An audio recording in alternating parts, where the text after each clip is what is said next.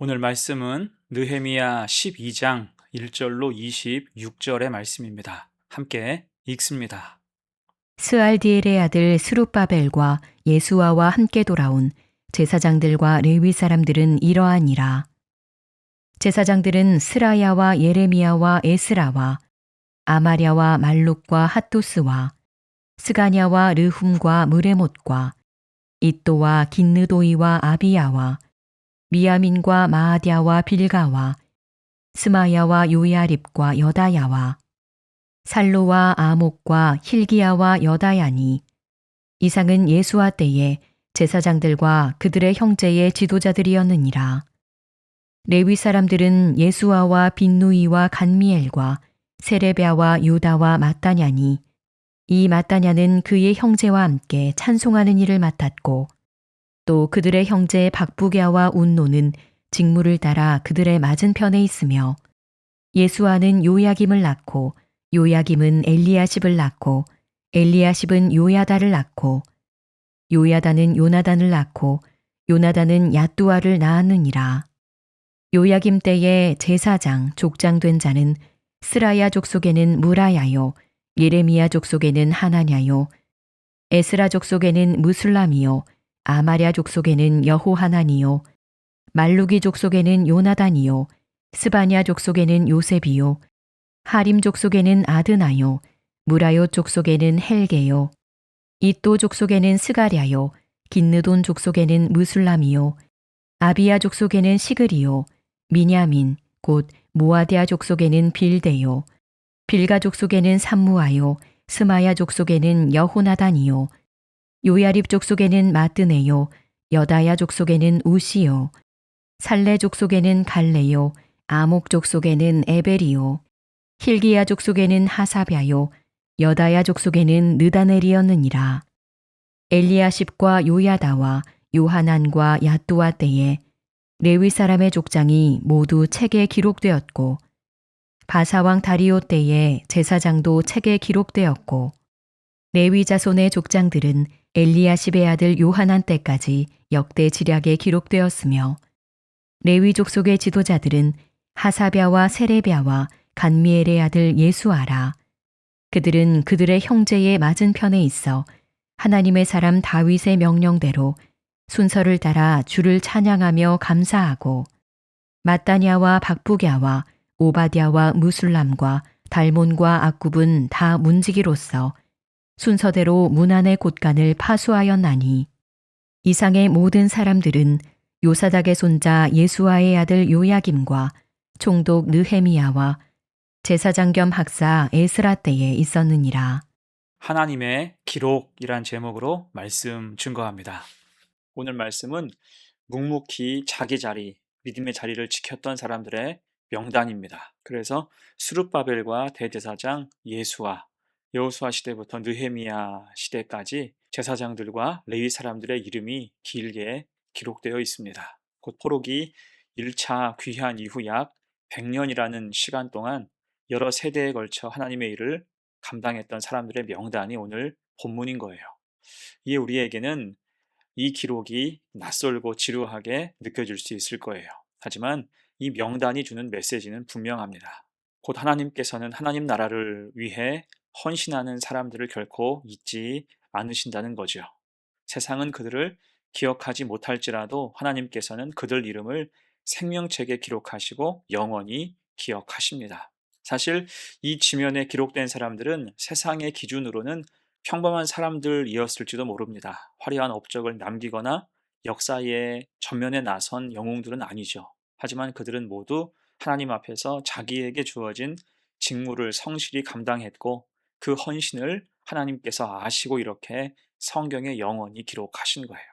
그 의미가 무엇일까? 교훈을 두 가지로 생각해 봅니다. 첫 번째, 신실한 백성이 하나님 역사에 증인된다는 것입니다.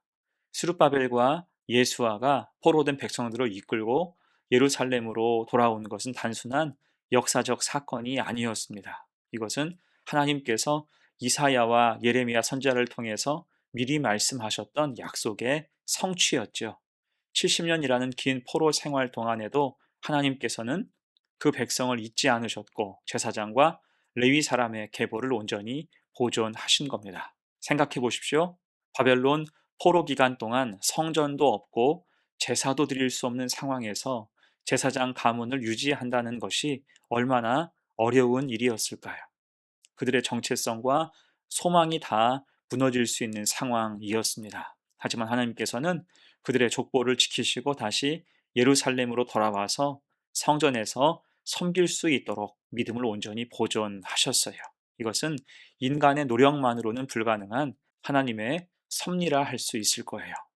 특징적으로 오늘 본문은 예수아로부터 시작하여서 요야김, 엘리야십, 요나단, 야뚜아로 이어지는 대제사장의 계보를 상세히 기록합니다. 이것은 단순한 족보가 아니라 신앙의 유산이 대를 이어 전승됐다는 증거죠. 하나님의 언약이 세대를 넘어 지속되고 있음을 보여줍니다. 또한 12절 이하는 1차 귀한 세대를 잇는 다음 세대로서 기록되었어요. 이들은 모두 신앙의 유산을 물려받고 또 다음 세대에게 전하는 신앙의 계주자들이었죠. 곧 12절부터 21절까지 기록된 22개 제사장 가문의 족장들은 아버지 세대가 물려준 신앙의 바통을 받아서 다시 자녀 세대에게 전해주는 중간 세대였다 볼 수가 있습니다. 이들이 없었다면 신앙의 유산은 단절되고 말았을 거예요. 그래서 여러분, 오늘 명단의 의미가 무엇입니까? 신실한 사람이 하나님의 생명 역사, 그 증인이 된다는 것입니다. 중도에 포기한 사람이 왜 없었을까요? 망설이다 세상으로 간 사람도 있었을 것입니다. 다만 안타깝게도 그들의 이름은 기록되지 못했어요. 하지만 본문에 기록된 사람들은 믿음으로 사명에 최선을 다할 때 역사의 증인이 된 것입니다. 이에 현재 우리에게 주어진 신앙도 이처럼 귀한 유산이에요.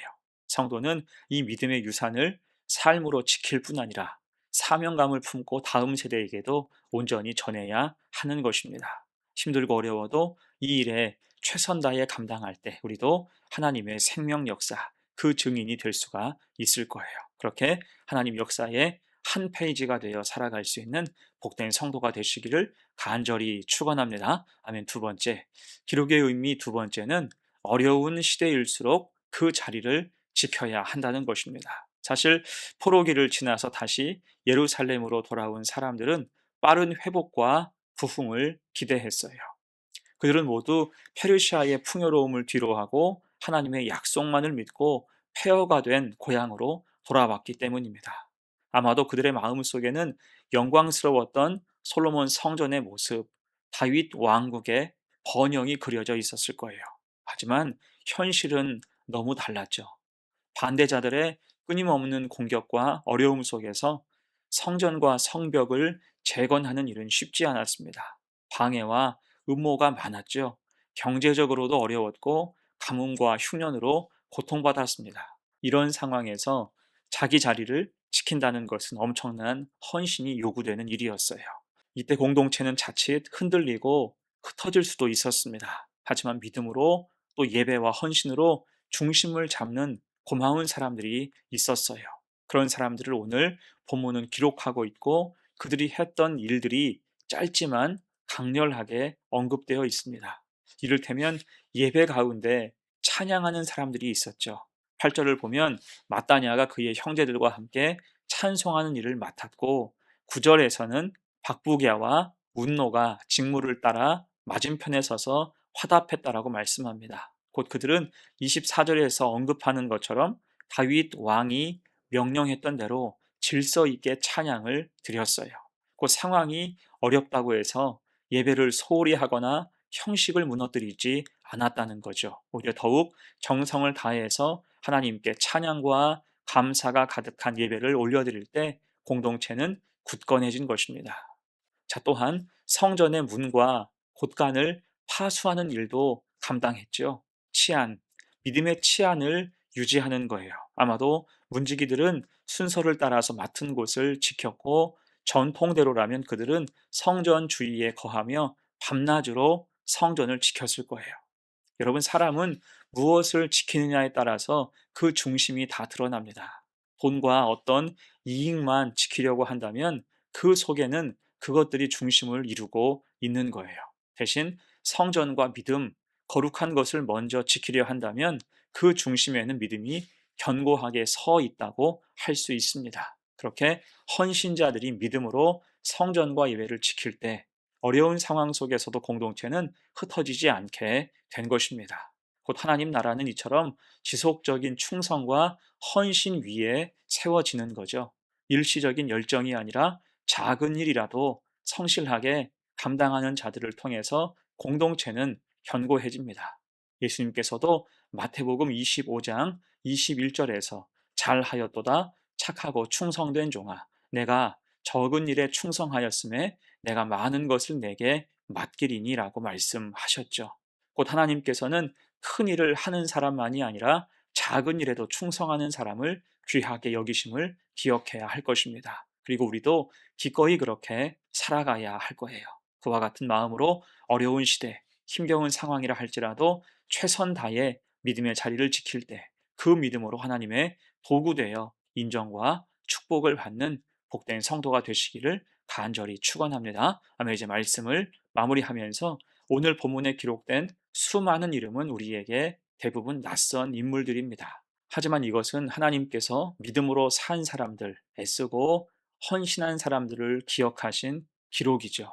그리고 하나님께서 그들을 하나님 나라에서 맞이하실 때 그들은 결코 무명이 아닌 하나님께 이름이 기록된 유명한 사람들로 높임을 받을 것입니다. 요한계시록 3장 5절에서 주님은 말씀하세요. 이기는 자는 이와 같이 흰 옷을 입을 것이요 내가 그 이름을 생명책에서 결코 지우지 아니하고 그 이름을 내 아버지 앞과 그의 천사들 앞에서 시인하리라. 아멘.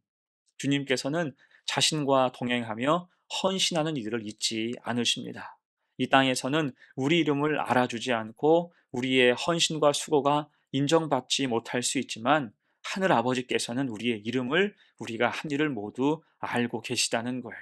이 세상에서 살아가는 동안 하나님께서 맡기신 그곳에서 늘 충성하며 믿음 가지고 살아가는 거룩한 성도가 다 되시기를 간절히 축원합니다. 아멘. 함께 기도합니다. 은혜로우신 하나님, 우리의 이름을 부르시고 우리의 헌신을 기억하시는 주님을 찬양합니다. 우리에게 맡겨진 자리에서 끝까지 충성할 수 있도록 힘과 능력과 믿음을 허락하옵소서. 세상이 알아주지 않아도 주님께서 아시는 그 사실만으로 감사하며 살게 하옵소서. 우리의 이름을 기억하시고 이미 주님의 생명책에 기록되었음을 믿사오니 끝까지 신실하게 주의 일 섬기며 살아갈 수 있는 복된 성도들 되게 하옵소서. 감사드리며 예수님의 이름으로 기도합니다. 아멘.